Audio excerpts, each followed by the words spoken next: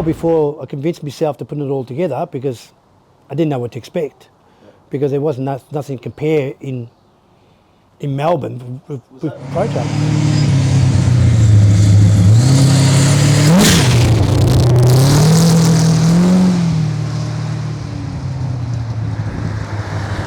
Hi, my name's Rob Scorp's nickname. This is my 1980 Ford Bronco.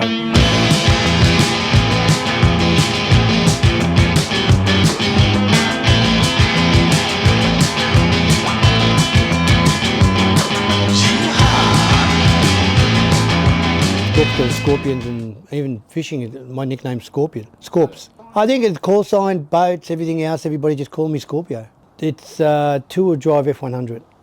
Oh, right. F100, yeah, non-four-wheel drive. Still a standard, kind of like front end out of a two-wheel drive one. I brought that in 1987. Yeah. And me towing vehicle from New South Wales and back and driving around. Yeah. One thing led to another. Yeah. Put a set of mags on it. Next thing you know, changed motor. Yeah. Played around the motor a little bit. Nitrous engine, yeah, 427. 220 heater gas. Yeah. Used to run 980 back then. Yeah, wheels up. Yeah. It likes wheels up. Yeah. Not my fault. Well, back when the dollar went to $1.16 or something like that, and I was turning around and I seen in the States they were doing pro chargers and no one really heard of it. You know, it was just wasn't happening over here. And I said, well, I might do that. You know what I mean? Go pro charge. So I ended up in the F2 pro charger and everything else. Took a while before I convinced myself to put it all together because I didn't know what to expect. Because there wasn't nothing to compare in Melbourne with pro charge. And still to today, it hasn't really hit hard here. In America, it's like everything's pro charge there. Yeah. A lot of cars are pro charge.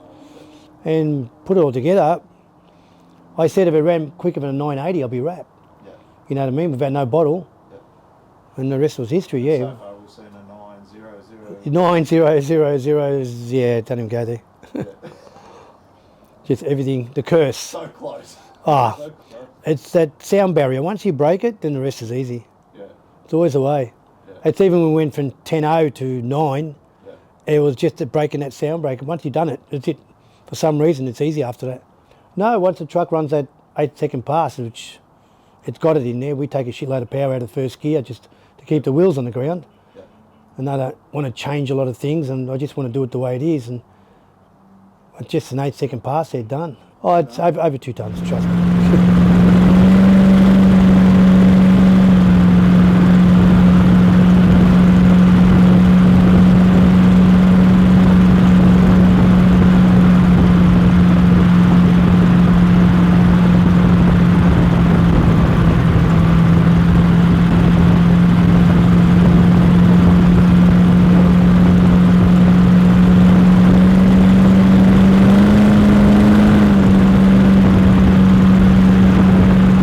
It was about 1978, because the white one was 1979. Yeah, it was only a few months old, and I brought that from Mini World.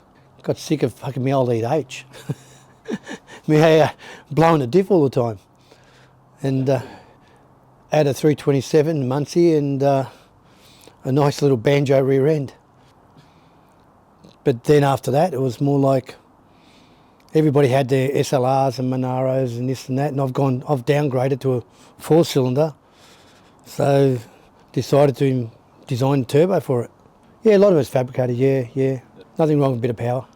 Started looking around and everything else, we had a car, it's going to start, engineering was going to be a little bit of a hassle. Then this one here popped up with a 302 C10, 9-inch in it, and it had all the engineering, so I said, I brought it twice on eBay. The guy was just fishing. Then eventually I heard that he needed a bit of money. I went past his house and said, hey, here's X amount of dollars. He took it straight away. Yep. The rest was history. The whole running gear didn't last long anyway. Within 2 weeks, yeah. It was painted, but it wasn't all rubbed back or anything else, and detailed. I put the stripes and I did everything else. Yep. Turned into the car it is now.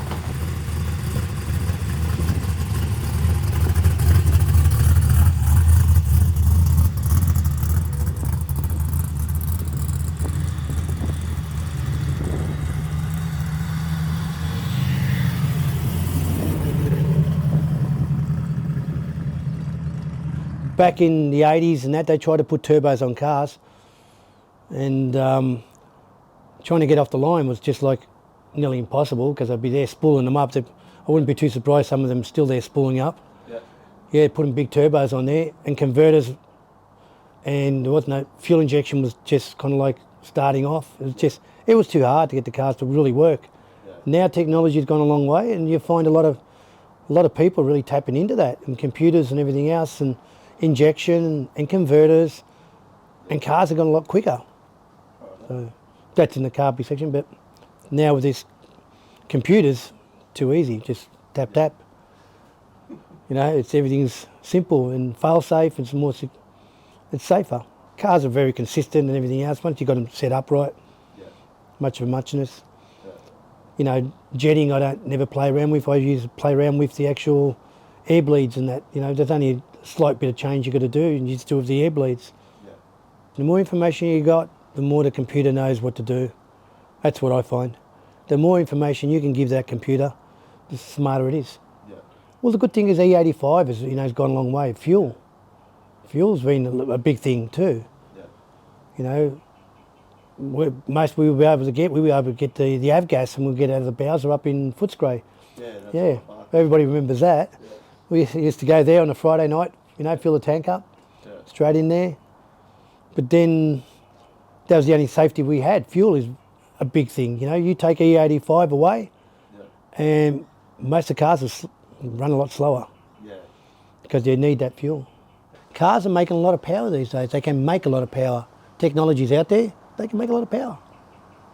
That's the thing. Compared to back when I was younger and everything else, everything was hit and miss, even with nitrous. Nitrous wasn't reliable. I mean, nitrous kits that come out, they ran real rich. Damaged a lot of motors because of ring glands, all that kind of stuff. It's just, then the tunes, they end up kind of like, you know, they change the tunes in them. And then now we run them a lot leaner, and it's still safe and everything else. Things that, you know, technology has gone a long way, and trial and error makes cars get faster.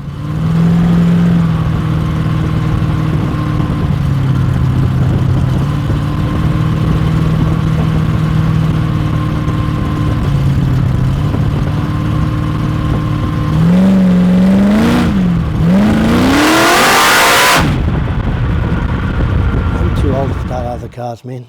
Too old, yeah. No, I'll just hold on to them. Got no interest of, you know, like, yeah. I keep my cars, like you can see the white one. It's got history. Every time I jump in it, I feel young again. Yeah, so, and they're good cars to drive around, very reliable. I can't complain, you know. Got a good engine builder. He keeps my engines together really good. There's no problems. He builds them. Every time we check them out, refreshing them, I could chuck everything back in there.